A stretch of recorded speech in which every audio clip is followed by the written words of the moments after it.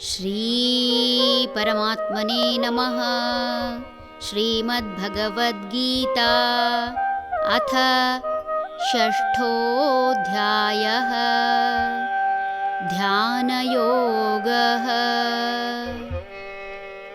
ಬಂಧುರಾತ್ಮಾತ್ಮನಸ್ತಸ್ಯ ಯೇನಾತ್ಮೈವಾತ್ಮನಾ ಜಿತಃ ಅನಾತ್ಮನಸ್ತು ಶತ್ರುತ್ವೇ ವರ್ತೇತ್ತಾತ್ಮೈವ ಶತ್ರುವತ್. ಯಾವನು ಬುದ್ಧಿಯ ಮೂಲಕ ಮನಸ್ಸನ್ನು ಗೆದ್ದಿರುತ್ತಾನೋ ಅವನಿಗೆ ಅವನ ಮನಸ್ಸೇ ಬಂಧು. ಯಾರು ಗೆದ್ದಿರುವುದಿಲ್ಲವೋ ಅವರಿಗೆ ಅದೇ ಶತ್ರುವಾಗಿ ಪರಿಣಮಿಸುತ್ತದೆ. ಮನಸ್ಸು ಮಾಡಿದರೆ ನಾನು ಏನನ್ನಾದರೂ ಮಾಡಬಲ್ಲೆ ಎಂಬ ವಾಕ್ಯವನ್ನು ಆಗಾಗ ಕೇಳುತ್ತಿರುವುದು ಸಹಜ. ಆದರೆ ಮನುಷ್ಯ ಮನಸ್ಸು ಮಾಡುವುದೇ ಕಡಿಮೆ ಎನ್ನಬಹುದು. ಸದಾ ಮನಸ್ಸಿನಲ್ಲಿ ಮುಂದಿನ ಹಿಂದಿನ ವಿಷಯವನ್ನೇ ಯೋಚನೆ ಮಾಡುತ್ತಿರುವ ಮನುಷ್ಯ ಇಂದಿನ ದಿನ ಮರೆತು ಬಾಳುವುದು ಕಾಣಬಹುದು.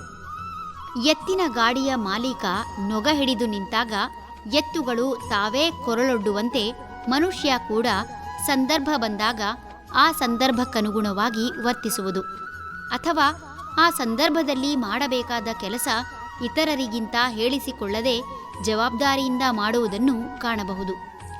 ಬೆಳಿಗ್ಗೆ ಎದ್ದಾಗಿನಿಂದ ರಾತ್ರಿಯವರೆಗೂ ಆಯಾಯ ಸಂದರ್ಭಕ್ಕನುಗುಣವಾಗಿ ಆಯಾಯ ಸ್ಥಳಗಳಲ್ಲಿ ಯಾವ ಕಾರ್ಯ ನಿಮಿತ್ತವಾಗಿ ಹೋಗಿರುತ್ತಾನೋ ಆ ಕಾರ್ಯ ಮುಗಿಸಿ ರಾತ್ರಿ ಮಲಗುವ ಆತನಿಗೆ ಸಂದರ್ಭಕ್ಕನುಗುಣವಾಗಿ ನಿರ್ದೇಶನ ಮಾಡುವವರ ಅವಶ್ಯಕತೆಯಾಗಲಿ, ಅಥವಾ ಆತನೇ ಪ್ರತಿದಿನದ ಸಮಯ ಸಾರಣಿಯ ಪಟ್ಟಿ ಮಾಡಿಕೊಂಡು ಅದನ್ನು ಮತ್ತೆ ಮತ್ತೆ ನೋಡಿಕೊಂಡು ಅದರಂತೆ ನಡೆಯುವ ಅವಶ್ಯಕತೆ ಇರುವುದಿಲ್ಲ.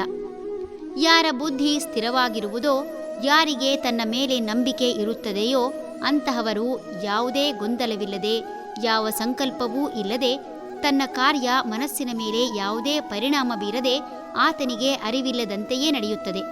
ಆದರೆ ಯಾರಿಗೆ ತಮ್ಮ ಮೇಲೆ ನಂಬಿಕೆ ಕಡಿಮೆ ಅಥವಾ ಜ್ಞಾನದ ಕೊರತೆ ಇರುತ್ತದೆ ಅಂತಹವರಿಗೆ ಸಣ್ಣ ಕೆಲಸವೂ ಬಹಳ ತ್ರಾಸದಾಯಕ. ನಾನು ಅಷ್ಟು ಮಾಡಿದೆ ಇಷ್ಟು ಮಾಡಿದೆ ಎನ್ನುತ್ತಾ ದೇಹವನ್ನು ಕಂಪನಗೊಳಿಸಿ ದೇಹ ಬಳಲಿಸಿಕೊಂಡು ತೊಳಲಾಡುವುದು ಕಾಣಬಹುದು. ಧೈರ್ಯೇ ಸಾಹಸೇ ಲಕ್ಷ್ಮೀ ಎಂಬಂತೆ ಧೈರ್ಯದಿಂದ ತನ್ನ ಬುದ್ಧಿಯಿಂದ ಮನಸ್ಸನ್ನು ನಿಗ್ರಹಿಸಿ ಉತ್ತಮ ಕಾರ್ಯ ಮಾಡುವವನಿಗೆ ಅವನ ಮನಸ್ಸೇ ಬಂಧು. ಹರಿ ಓಂ.